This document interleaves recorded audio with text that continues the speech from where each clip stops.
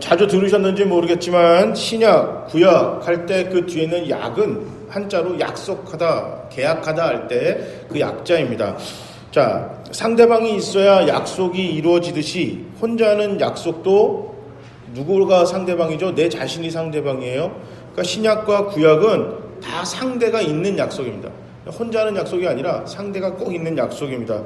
그러니까 성경은 진리의 말씀이고 변함없는 진리의 약속입니다. 하나님과 인간 사이에. 그러니까 하나님이 인간과 또 인간이 하나님과 맺어야 되는 약속. 이게 바로 구약, 신약입니다. 자, 이스라엘 백성이 애굽에서 나왔어요. 그리고 시내산에 도착해서 언약을 맺습니다.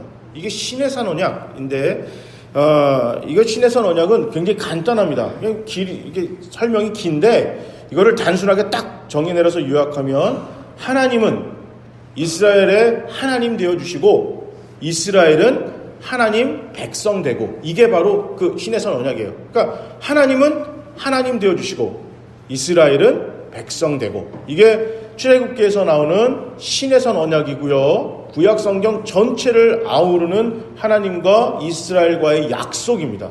그리고 이게 신약으로 넘어와서 이스라엘만의 약속이 아니라 온 이방인 전 세계를 향한 약속이 된 거예요. 그러니까 엄밀히 얘기하면 구약의 하나님은 이스라엘에게만 이 약속을 하신 게 아니에요. 그러니까 이게 무슨 뜻이냐면 아브라함을 선택하시고 창세기 12장 2절 3절에 너는 세상에 복이 되라.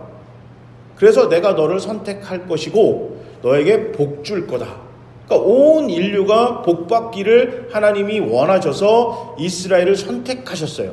그래서 그 사람을 이스라엘을 통해 많은 하나님을 모르는 이방 사람들이 하나님 백성이 되는 것을 원하셨어요. 근데 이게 안 되는 거예요. 거기다가 이제 430년간 그 애굽에 이집트 종살이를 하다 보니까 완전히 이스라엘도 하나님을 잊었어요. 그래서 하나님이 시내산에서 다시 한번 환기시키는 겁니다. 다시 한번 약속을 잡으시는 거예요. 이게 시내산 언약이에요. 내가 너희 하나님 되어줄게. 그리고 너희는 내 백성 되라. 이게 구약 전체에 흐르는 약속의 맥입니다. 이제 그게 이제 약속이에요. 이게 시내산 언약인데, 자, 오늘 본문은 이 시내산 언약의 서문입니다. 시작되는 이야기예요. 그래서 그 시내산 언약의 오늘 본문의 1절, 2절 말씀은 하나님이 지키실 약속의 내용이에요. 내가 너를 애굽에서 구해낸 구원자인 내가 너의 하나님이다. 그러니까 내가 계속 너희의 구원자 하나님 되어줄 것이다. 이게 하나님이 약속하신 약속의 내용이고, 오늘 본문 뒤에 나오는 그 10가지 우리 십계명이라고 하는 게 나오죠. 이게 백성들이 지켜야 될 약속의 내용입니다. 자, 그러니까 1, 2절이 오늘 본문은 십계명의 서문이자 신해생 계약의 내용 중에 누구에 대한 내용이라고요? 하나님에 관한 내용이에요. 하나님에 대한 약속. 자, 십계명을 10가지 지켜야만 하는 계명, 우리 그렇게 생각해요. 그래서 1계명 뭐, 2계명 뭐, 3계명 뭐 이런 식으로 해서 예전에 요즘은 이렇게는 안 할 거예요. 교회에서 그렇게 하면 공부하기도 힘든데 교회에서도 공부시킨다고 난리 칠 건데, 저희 이제 그 중고등학교 다닐 때 그 중등부에서 이게 한 달에 한 번씩 꼭 성경 퀴즈 대회를 했어요. 그리고 전도사님이 이런 거 시내산 이게 10계명 되게 헷갈리거든요. 뭐 7계명을 적으시오.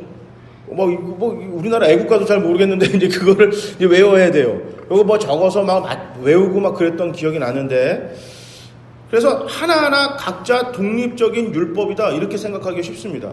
따로 떨어져 있는 것처럼. 또 어떤 분은 이렇게 얘기해요. 1계명부터 4계명은 하나님과의 관계, 그 다음에 5계명부터 10계명은 인간 사이의 관계, 그런 계명이다 이렇게 생각하기 쉬운데요, 저기 정확히 말하면 그렇지가 않습니다. 10계명은 그런 내용이 아니고요. 자, 오늘 2절은 하나님이 인간 사이, 그러니까 이스라엘 백성들에게 향한 약속의 내용이잖아요. 내가 너희의 여호와다. 너희 하나님 되어줄 것이다. 그렇다면 십계명은 무슨 얘기냐면 3절이 굉장히 중요한 겁니다. 3절이 너는 나 외에 다른 신들을 내게 두지 말라. 너는 나 외에, 하나님 외에 다른 신을 섬기지 마라. 이게 3절이 이스라엘 백성들이 하나님 백성이 되어지는 약속입니다. 그러니까 십계명은 어떻게 된 거냐면 우리가 쉽게 얘기하면 제1계명에 9가지가 붙어 있는 겁니다. 너는 나 외에 다른 신을 섬기지 마라. 이게 하나님 백성으로서 하나님 사이에 지켜야 하는 약속이고요. 나머지 4절부터 나오는 9가지들이 이 약속을 지키는 삶의 방법이에요. 그 방법이 9개라는 거예요. 구체적으로 설명해 주시는 겁니다. 왜냐하면 430년 동안 이스라엘은 하나님을 잊었어요. 출애굽기의 1장 1절부터 보면 이 사람들이 바로 이 이집트로부터 엄청난 탄압을 받습니다. 신음을 당해요. 그러니까 신음을 하면서 뭐라고 그러냐면 자기의 조상의 신에게 기도하는 거예요. 우리가 예를 들어서 이제 저는 부모님도 이렇게 하나님을 믿었고요. 저도 하나님을 믿습니다. 그러면 제가 하나님한테 기도할 때 나의 하나님, 나의 주님 이렇게 기도하지 우리 아버지의 하나님, 아버지의 주님 이렇게 기도하나요? 기도 안 해요. 근데 오늘 그렇게 출애굽기에 나오는 이스라엘 상태가 어떠냐면 자기의 조상들 아브라함, 이삭, 야곱 또 이집트에 막 들어왔을 때 그들의 선조들은 분명히 하나님을 믿었지만 그들은 안 믿고 있는 거예요. 오랜 시간이 지나면서 완전 이집트화 됐어요. 그러니까 안 믿어요. 그런데 너무 죽을 것 같으니까 자신들의 조상들의 신에게 지금 소원을 빈 거예요. 제발 좀 살려달라고. 이걸 하나님이 들으신 거예요. 그러니까 지금 이스라엘 사람들은 오늘 본문의 이스라엘의 상태는 하나님에 대한 믿음, 삶의 방식 이런 게 완전 세상이에요. 하나님하고 전혀 상관없는 사람들. 그래서 9가지 구체적으로 어떻게 살아야 되는지를 설명한 게 바로 십계명의 9개의 내용입니다. 그러니까 오늘 보면은 시내산 약속의 중심 내용 중 하나님은 이스라엘을 애굽에서 종으로부터 건져주신 이스라엘의 하나님이 될 것이다. 이거에 대한 약속이고 3절은 이스라엘이 앞으로 하나님 외에 다른 신을 섬기지 않아야 한다는 백성으로서의 약속이에요. 그 약속을 지키기 위한 구체적인 내용이 9가지. 여러분 이제 잘 이해가 되셨죠? 그러니까 이 10계명은 하나씩 다 떨어진 게 아니라 1계명에 9개가 다 붙어 있는 거다. 1계명 너는 나 외에 다른 신을 섬기지 마라의 구체적인 내용이 9가지 설명인 것입니다. 하나님을 믿지 않는 사람들에게 이런 계명 하나님 말씀 지키라 그러면 정신 나간 소리라 이렇게 할 거예요. 소교의 경읽기죠. 관심 없어요. 관심 없습니다.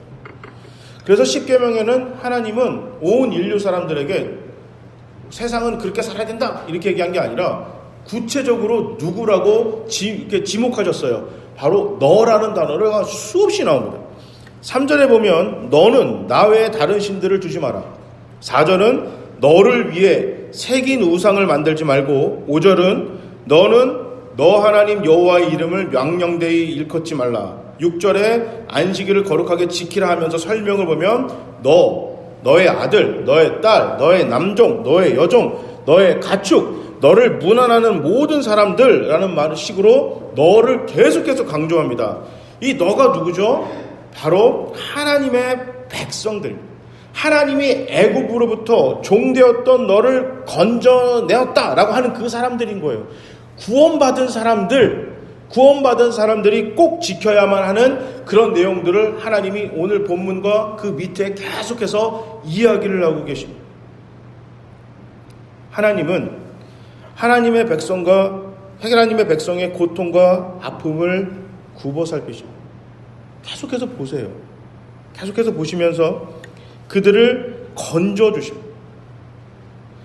천지를 창조하시고 홍해도 가르시고 당대 최고의 군사 강대국 중 하나인 이집트를 그 애굽을 무너뜨리시는 거룩하고 위엄이 높으신 하나님은 당신의 백성들의 고통과 아픔을 헤아리죠.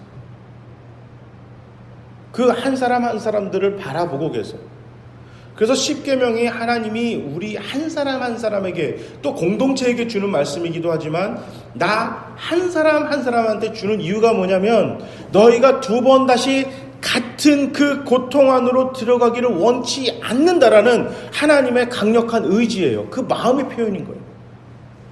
이거를 지키지 않으면 너희가 구원받지 않는다 이게 아니라 너희가 구원받았음에도 불구하고 여전히 너희의 삶이 구원받기 전의 삶과 전혀 변함없이 살아간다면 구원받았음에도 그 고통에서 한 발짝 벗어나지 못한다는 거죠. 우리가 처음에 뭐 부모님을 쫓아 교회를 나갔든 친구를 쫓아 교회를 나갔든 어떻게 됐든 교회가 나왔어요. 예수를 믿었네요. 처음에는요, 그게 뭐 그렇게 뭐 상관없어요. 내가 교회를 다니는 사람들이나 다니지 않는 나의 옛날의 나나 크게 별 차이가 없습니다. 이게 교회를 다녀도 괴롭지가 않아요. 그런데 시간이 흐릅니다. 시간이 흘러요. 점점 내 안에 하나님의 말씀이 들어오고 내가 뭐 믿든 안 믿든 내 지식적으로도 하나님이 좋아하시는 것, 하나님이 싫어하시는 것이 한층 한층 그 레이어처럼 이렇게 계속 쌓입니다. 자, 그렇게 되면요, 내가 하나님의 자녀답게 살지 못할 때 괴롭습니다. 괴로워요. 그러니까 설교 시간이 이게 녹록치가 않아요. 그래서 어떻게 되는 줄 아냐면 설교 시간에 딴 거예요. 그래서 웃긴 사람들 되게 좋아하고요. 뭐 하지 말라 하는 설교가 별로 안 좋아요. 회개하라 엄청 싫어요. 그 살면서 누구나 다 그럴 수 있지. 그리고 불편한 얘기하면 저 목사는 잘하나? 이런 생각이 들어요. 그리고 목사도 불편한 거예요. 뭐가 불편해요? 설교에서 하나님이 원하는 것, 또 세상에서 하지 말아야 될 설교를 할 때 누가 제일 걸리냐면 제가 걸려요. 나도 이렇게 안 사는데. 그래서 왜 그런 거 있잖아요.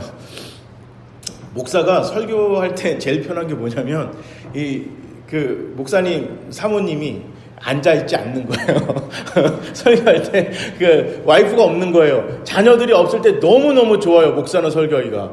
왜냐하면 내 진짜 삶 목사가 아니라 그러니까 그 목사의 인간의 삶이 드러날 수 있는 가족들이 없기 때문에 굉장히 당당하게 설교할 수 있는 거예요. 그러니까 그 담임 목사님들이 저도 이렇게 저를 잘 아는 교회에서 설교하는 것보다 이게 설교하러 갈 때, 이번 주 금요일에 설교하러 갈 때 이럴 때 뭐 다른 교회가 설교할 때 진짜 막 세게 얘기하거든요. 왜냐하면 저를 모르니까.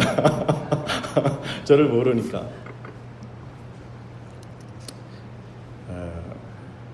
그런데요, 들으셔야 돼요. 아니, 아빠 엄마가 중고등학교 다닐 때, 초등학교 다닐 때 공부 안 했다고 자녀들한테 그래 공부하지 마라 이렇게 하시겠어요? 아빠가 도둑질한다고 그 자녀들한테 너도 담 넘자 망봐라 이렇게 하시겠어요? 나는 넘어도 넌 넘지 마라 이렇게 하실 거예요. 목사가 그렇게 살지 못해도 나를 비롯해, 목사 자신을 비롯해 우리 성도님들이 그렇게 살면 안 되기 때문에, 이게 하나님 말씀이기 때문에 당당하게 얘기해야 되고 그 말씀에 아멘 하셔야 돼요. 아멘 하셔야 돼요. 그래서 신앙생활을 하다가 내가 괴롭다는 거는 그래도 나는 죄에 대해서 민감한 거예요. 정말 무서운 건요, 죄에 대해서 무감각해지는 거예요. 이거를 사탄은 어떻게 교묘하게 바꾸냐면, 하나님은 은혜가 많으시고 사랑이 많으셔서 다 용서하시니까, 그래도 넌 구원받았으니까.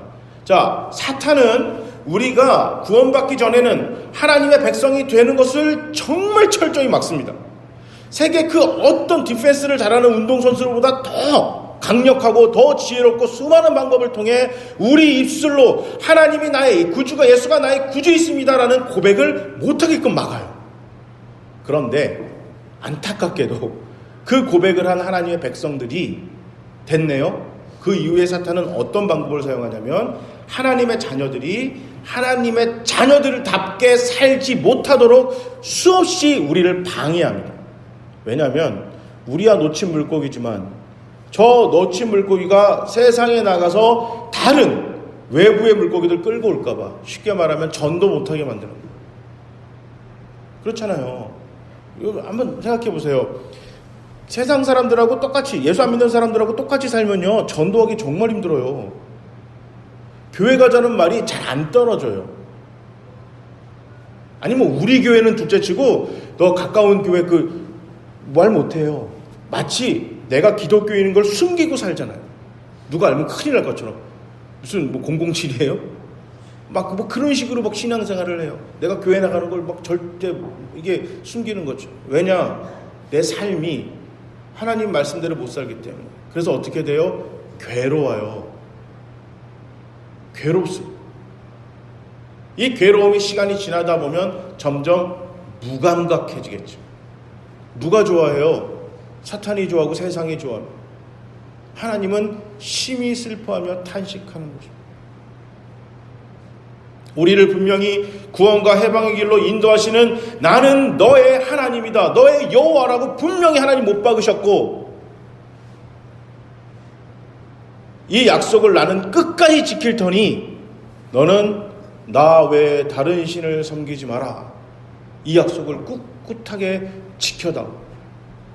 신의 산 언약. 아니요, 인간을 창조하셨던 아담과 하와부터 지금 우리에게까지 하나님이 계속 하시는 약속이고 끝까지 놓지 않으시는 하나님의 계약이십니다. 누가 자꾸 이걸 놨다 잡았다 놨다 잡았다 해요? 우리가 이걸 놨다 잡았다 놨다 잡았다.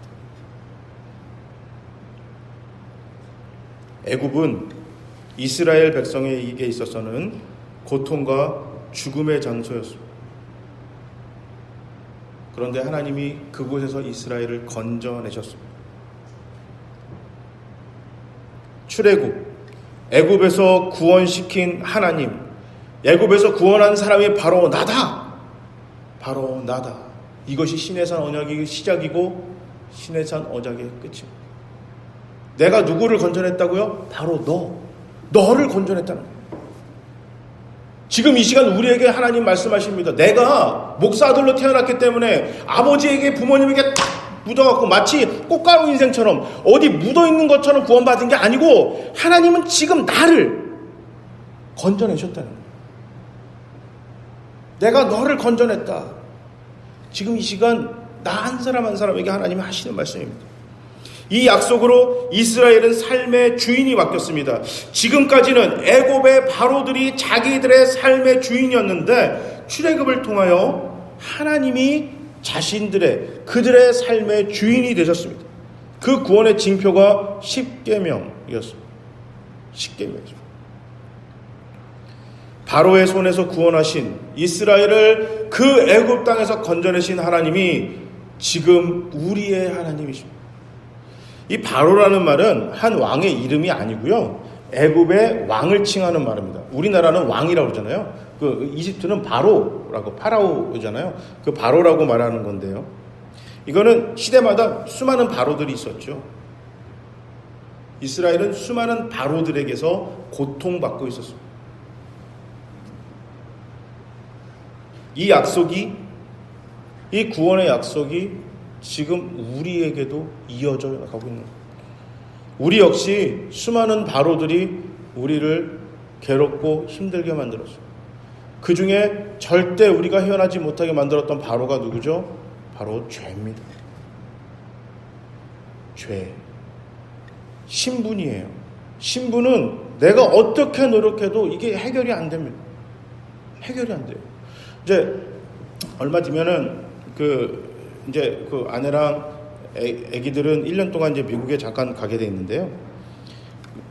되게 웃겨요. 그 비자를 받아야 되는데 둘째 녀석과 아내는 J 비자를 받아요. 그러니까 이제 그 방문 비자, 방문 비자를 받고 저는 잠깐 한 달만 갔다 오기 때문에 또 관광 비자로 가요. 근데 우리 첫째 녀석은 미국 시민권자예요. 미국에서 태어났거든요. 미국 시민권자예요. 그러니까 뭐 이거 뭐 비자 처리할 때 이 녀석은 아예 서류도 안 올라가요. 굉장히 편하게 들어갑니다. 뭐 영어는 자기 아버지 엄마가 훨씬 영어를 잘하겠죠. 미국에서 뭐 10년 넘게들 살았으니까 이 녀석이 할 수 있는 영어라고 해봐야 뭐 헬로우 이 정도예요. 그런데도 얘는 시민권이에요. 왜 그럴까요? 그럼 미국에서 시민권을 줬기 때문이에요. 아무리 노력해도 왜 그 사람들이 노력해도 나라에서 허락해주지 않으면 그 나라 시민이 될 수가 없어요. 우리가 죄의 시민이었다면, 죄의 시민이었기 때문에 내가 아무리 노력해도 이 시민권을, 나의 소속을 바꿀 방법이 없었어요. 그런데 그것을 누가 해결해 주셨어요? 우리 주님이 해결해 주셨습니다. 십자가의 그 보혈의 은혜로, 피 묻은 은총으로 하나님의 자녀가 됐고 그곳에서 건져 주셨어요. 먼저 사랑해 주셔서 죽음에서 건져내셨어요. 하나님 나라 백성으로 삼아 주셨습니다. 그래서 우리에게 지금 말씀하시는 게, 나는 죄와 죽음에서 건져 너를 구원한 바로 너의 하나님 여호와다. 지금 우리 주님이 우리에게 이렇게 말씀하십니다. 그러면서 뭐라고 이야기하시면, 너는 나 외에 다른 신을 섬기지 말라. 너는 나 외에, 하나님 외에 다른 신을 섬기지 말라. 애굽은 많은 신을 자유롭게 섬기는 나라였습니다. 여러 가지 모양의 신들, 여러 가지의 종류의 신들을 필요에 의해 믿고 섬기고 따랐습니다. 그래서 이스라엘 백성도 모세가 하나님과 계약을 맺기 위해 시내 산으로 올라가 있는 그 한 달 동안 기다리다가 금송아지를 만들어 이것이 하나님이다 라고 경배했어요. 자, 금송아지를 만들고 애굽의 신이니 우리의 신이 아니라 금송아지를 만들고 이것을 하나님이다 라고 이름을 붙였고 믿었어요. 필요하다 하면 금송아지가 신이 되는 세상, 이것이 바로 애굽이었고 당시 이스라엘이었습니다. 하나님은 이것을 슬퍼하셨고 이것에 노하셨어요. 필요에 의해 만들어낸 신들을 쫓아가는 이스라엘을 슬퍼하셨습니다. 조건에 의해 생성되고 소멸되는 신을 하나님이라 믿는 저들의 무지를 안타까워하셨습니다. 이것은 모세도 별 다르지 않았습니다. 처음 모세가 광야에서 하나님을 만났습니다. 그때 모세는 하나님의 이름에 관심조차 없었고 묻지도 않았어요. 왜냐하면 필요가 없었기 때문이에요. 자, 그런데 애굽에 가서 바로를 만나게 됐어요. 그랬더니 급히 하나님의 이름을 묻습니다. 왜냐하면 이제 필요가 생겼기 때문이에요. 하나님의 이름이라는 게 필요함이 생겼어요. 자, 그럴 때 하나님의 이름을 묻으니까 하나님이 화를 내십니다. 내 이름이 왜 필요한데? 라고 하시면서 뭐라고 얘기하시냐면, 나에게 이름이 필요 없다. 나는 나고, 나는 나였었고, 나는 앞으로 나일 것이다. 바로 이것이 오늘 본문의 여호와라는 뜻입니다. 나는 나고, 나는 과거에도 나였었고 앞으로도 나일 것이다. 너가 이름을 그렇게 붙인다 해서 내가 되고, 너가 이름을 붙이지 않으면 나는 아무런 의미 없는 존재가 되고, 너희가 필요할 때 나는 존재하고 너희가 필요 없으면 나는 존재하지 않는 그런 신이 아니라, 나는 너희가 필요하던 필요하지 않던, 너희가 이름을 붙이던 붙이지 않던, 나는 과거에도 나였고 지금도 나고 앞으로도 나일 바로 내 그 사람이, 그 존재가 너를 보냈다고 하라. 인간의 존재, 인간이 그 신을 필요하는 존재는, 인간에게 신이 필요한 존재는 그들의 필요에 의해서 신을 만든 그 세상에 이스라엘은 있었고, 애굽이 그런 세상이었고, 모세도 그것은 그런 사고관을 갖고 있었습니다. 그때 하나님이 이스라엘과 모세에게 다가와서 말씀하십니다. 나는 처음부터 구원자였고 지금도 구원자고 앞으로도 구원자일 것이다. 이것이 오늘 본문의 여호와입니다. 첫째 녀석이 옛날에는 장난감이 필요하면요, 이게 저랑 아내한테 얘기를 했어요. 뭐 사달라고. 그런데 어느 날부터가 별로 얘기를 잘 안 해요. 뭐 사달라는 얘기를. 그런데 하나씩 생겨요. 기가 막히게 이 녀석이 원하는 선물들은 할머니, 할아버지들이 사주시는 거예요. 그거 이상하대요. 그래서 와이프랑 신기해. 부모님들이 어떻게 이 녀석이 원하는 걸 잘 알지? 물어봤어요, 지우한테. 야, 지우야, 할머니, 할아버지들이 요즘 너가 원하는 거 참 잘 사주신다? 그러니까 당연하죠. 왜? 내가 가서 사달라고 하니까요. 그런 거. 아하.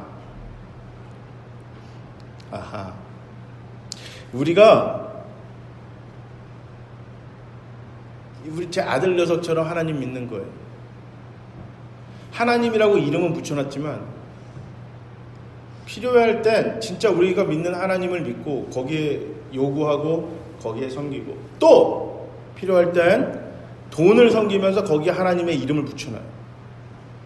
또 필요할 땐 인맥이라는 것을 놓고 하나님의 이름을 붙여놓고 또 섬기고요. 이건 잘못된 불법인 걸 분명히 아는데 뭐 우리가 남이냐 이런 개념으로 잘못된 일을 저지르면서 내 소망을 이뤄내면서 어떻게 해요? 하나님의 이름을 붙여놓습니다. 나 외에 다른 신들을 섬기지 마라. 이것이 하나님 백성으로서 꼭 지켜야만 하는 약속이다. 수도 없이 약속을 깨는데 하나님이 여럿이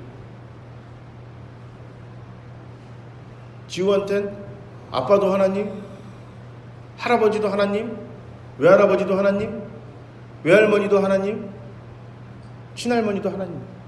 왜? 뭐 자기한테 선물 주니까.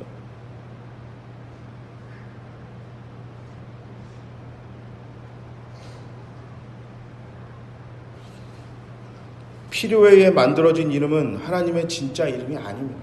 하나님, 뭐 하느님, 이거 가지고 박 터지게 싸우죠. 뭐 갓을 뭐 이렇게 미국에서 대문자 갓은 하나님이고 소문자 갓은 이렇게 잡신들을 표현하는 거. 이런 거 가지고 엄청 싸워요. 뭐 야훼, 여호와, 이 이름을 이 구약 사람들은 쓰기 싫어가지고 아도나이가 무슨 뜻이냐면 그분이라는 뜻이에요. 그분. 감히 하나님의 이름을, 여호와라는 이름을 쓰면 우리는 불경건하니까 아도나이, 그분이라고 하자. 뭔 상관이 있냐는 거예요. 하나님 당신이 우리에게 얘기하는 게 그게 무슨 소용이 있냐는 거예요. 그분이라 부르든 하나님이라 부르든 갓이라고 하든 여호와라고 하든 그게 무슨 상관이 있냐는 겁니다.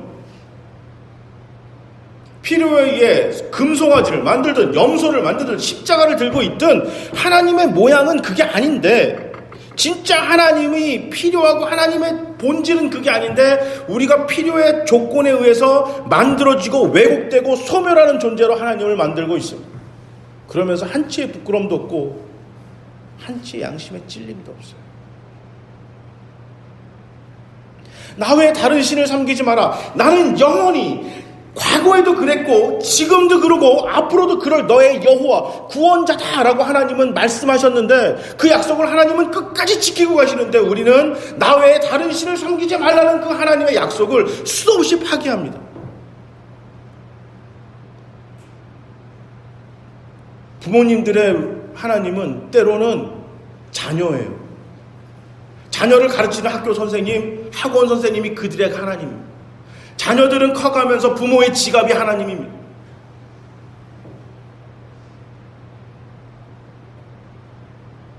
목사의 하나님은 하나님이 아니라 뭐 성도가 될 때도 있고 건물이 될 때도 있고요. 돈 많은 성도님일 수도 있고요.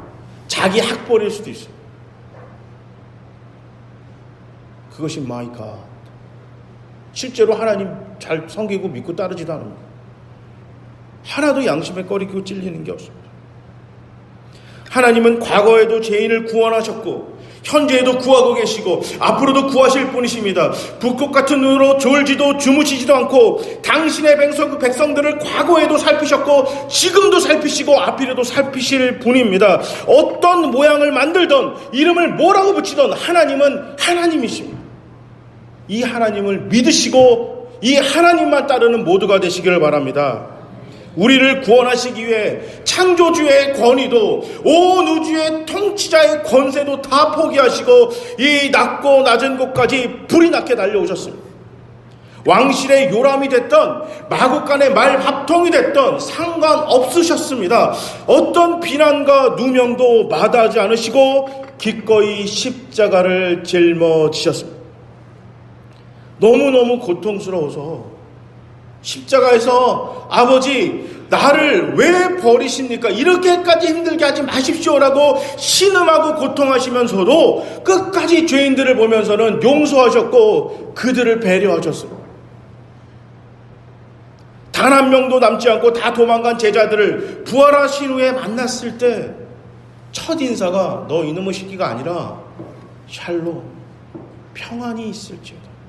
그들의 안녕을 먼저 구하셨습니다. 불륜 현장에서 잡혀온 여인에게도 끝까지 친절하셨습니다. 그러나 죄에 관해서만큼은, 죄인을 향해선 끝까지 친절하시고 용서하셨으나 죄에 관해서만큼은 단호하셨어요. 인간을 창조하시고 에덴 동산에서 축출하는 그 순간부터 다시 오실 그 순간까지 죄에 관해서만큼은 한결같이 단호하십니다. 굶주린 자들을 안타까워하셨고 병든 자를 불쌍히 여기셨습니다. 은혜 받은 자들이 은혜를 이뤘을 때 화내시지 않고 안타까워하신 분이 바로 우리 하나님, 우리 주님이십니다. 그분이 지금 우리에게 말씀하십니다. 바로 내가 너의 하나님 여호와니라.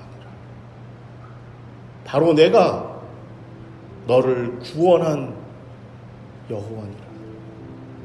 바로 내가 너를 구원하였고 구원하고 있고 구원할 너의 하나님이니라. 너는 나 외에 다른 신을 섬기지 말라.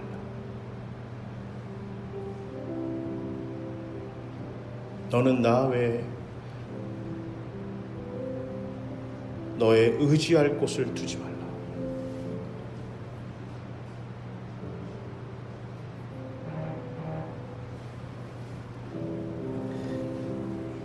오직 하나님만 섬깁시다. 여기저기 한눈 팔지 맙시다. 기웃대지 맙시다. 이전에도 구원자셨고 지금도 구원자이시고 앞으로 우리를 구원하실 하나님만 섬깁시다. 각자 개인의 우리 가정에, 여러분 사업에, 내 학업에, 나의 배우자, 자녀, 우리 부모님 할 것 없이 오직 하나님만 섬겨. 오직 너의 하나님 여호와니라는 이 고백을 붙들고 하나님만 붙드는 저와 여러분이 되시기를 주님의 이름으로 축복합니다.